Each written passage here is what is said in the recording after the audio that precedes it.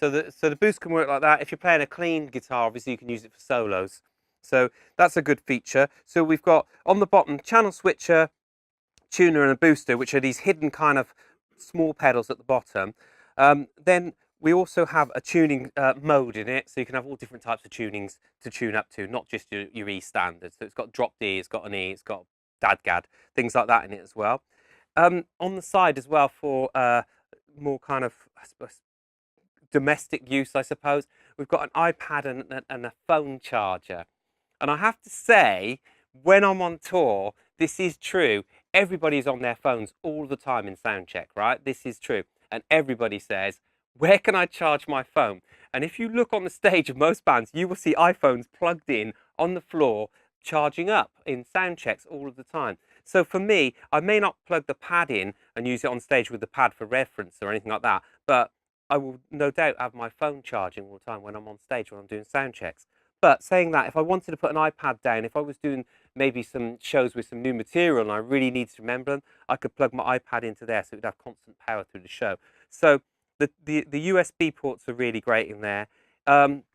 It's also kind of waterproof as well from these slots that we've got in here. So if you push the pedals in, they've got like a rubber mount around them. So if you're in a gig and something gets spilt, I was actually many years ago in that mad storm in Pukkelpop when it blew all the stages off and everything like that. I was headlining on the stage there at the time, and I had a traditional pedal board, and it completely filled with water, and it basically killed it there and then. And we had to undo the whole thing and unscrew all of the pedals and everything, take the whole thing apart to make it work again. So, you know, being waterproof is a good thing as well, because it does happen when you're doing festivals outside and it rains and things like that. So that's a really good feature of it. I think for me, one of the amazing things about this is the fact that you can swap the pedals around really fast in any order. Okay, so let's have a quick look at this, right? Let's put this guitar here. I'm probably going to drop it, aren't I, right? Right, it's safe. So let's look at the board, right? Why do I like it, okay? I have millions of pedals, right? And I have lots of pedal boards, right? Why do I like this board? One, it's super clean, right? It's light and it's really simple to use. It's kind of noiseless, so I don't get any noise from it on when I'm plugged into my amp. It retains the tone of the guitar, which is super important. Okay, I don't lose anything going through it. When you're playing the pedals, it's only really accessing the ones you want, so it's not going through a whole board of pedals all at the same time, right? But this is what's great about it. Look, here's some pedals, right? So say I'm in the studio, and I say, right, I basically want to record a chain of pedals. Rather than have to pull them all out and wire them all up, I can just kind of push them all in, can't I, in line like this. You see? I pushed them all in line. So this pedal board is actually on at the moment. We can't hear anything from it. You can notice that we can't hear anything from it, and it's actually on in the amp. So I can make a chain of pedals. There you go. So you can see where pedals are in. I can make a chain of pedals instantly. There we go, a whole board of pedals. Okay. And I can go, right, okay, I'm going to record this. And I go, oh, hang on a minute. It doesn't sound so good with the phaser after the overdrive. And I can just literally do that, can't I? Right, that would take you like 10 minutes in a normal studio if I was recording. Swapping the orders around is really, really good, right? So if I'm live, for instance, and I go on stage and I say, I really want to test out some different fuzzes, rather than have to wire them all up and pull all the things out in Velcro, I can just go, right, well, let's take that out, and let's put these, you know, let's put these 4 in a row, and I can just literally test each one in a row. In fact, shall I do that right now? Let's try it. Okay, so let's do a test here. So here we go, right? I'm going to test all the pedals out. Let's see the different sounds of overdrive tone.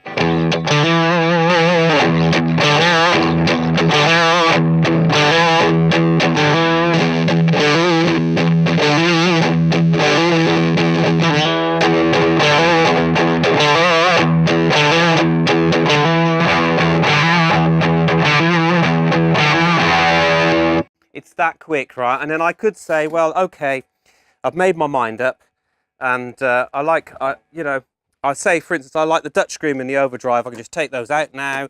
And now I'll just add in my pedals that I like in there, and I'll stick them in the line, and there we go.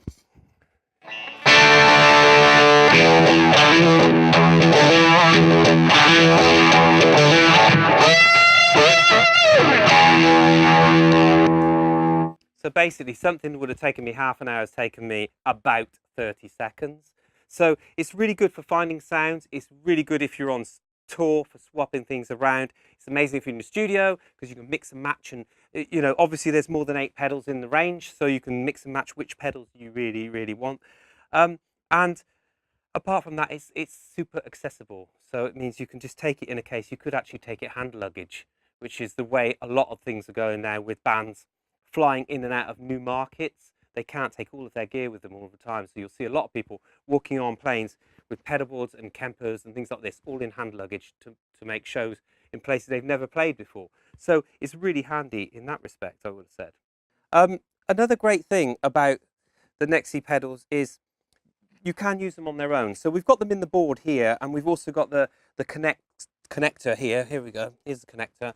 So you can use your own pedals. But if you want to use these pedals, they're not limited to the board. So if I was to pull one out, let's have a look at this slick design here, right? If we take out these little plugs, right, you can see it's a normal effects pedal. So you can put it in your chain with your other pedals. So if you go, I don't really want the whole lot, I just love the sound of this analog boutique pedal or whatever, I'm going to stick it in my pedal chain, you can, right? So you can use it as a normal pedal. They're standalone pedals.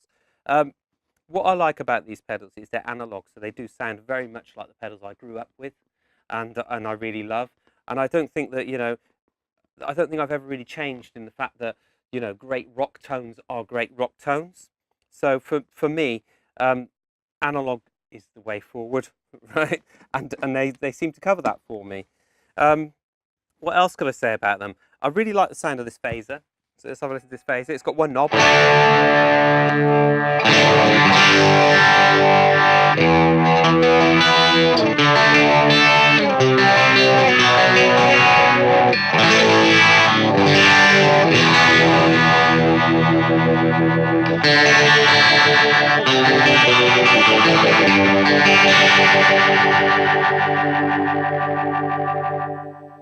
So this is very reminiscent of the sounds that I was using in Skunk like 20-something years ago when I was recording with the really old analog pedals.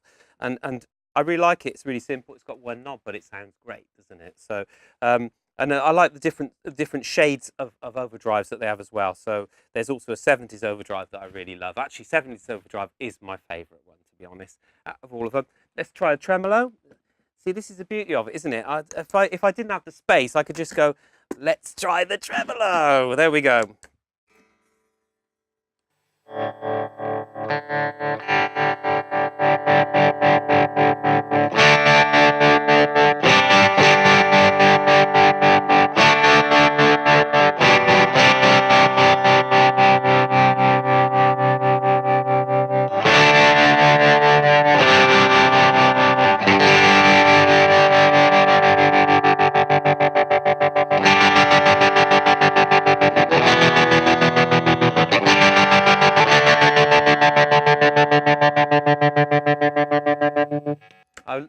I love a tremolo as well that has that hard cut off on it. So they're warm sounds. They don't affect the sound of the guitar. So when you put the guitar through them, it doesn't take away your tone of your guitar as well and your amp, which is really important, I think. I think that's what analog brings to it as well.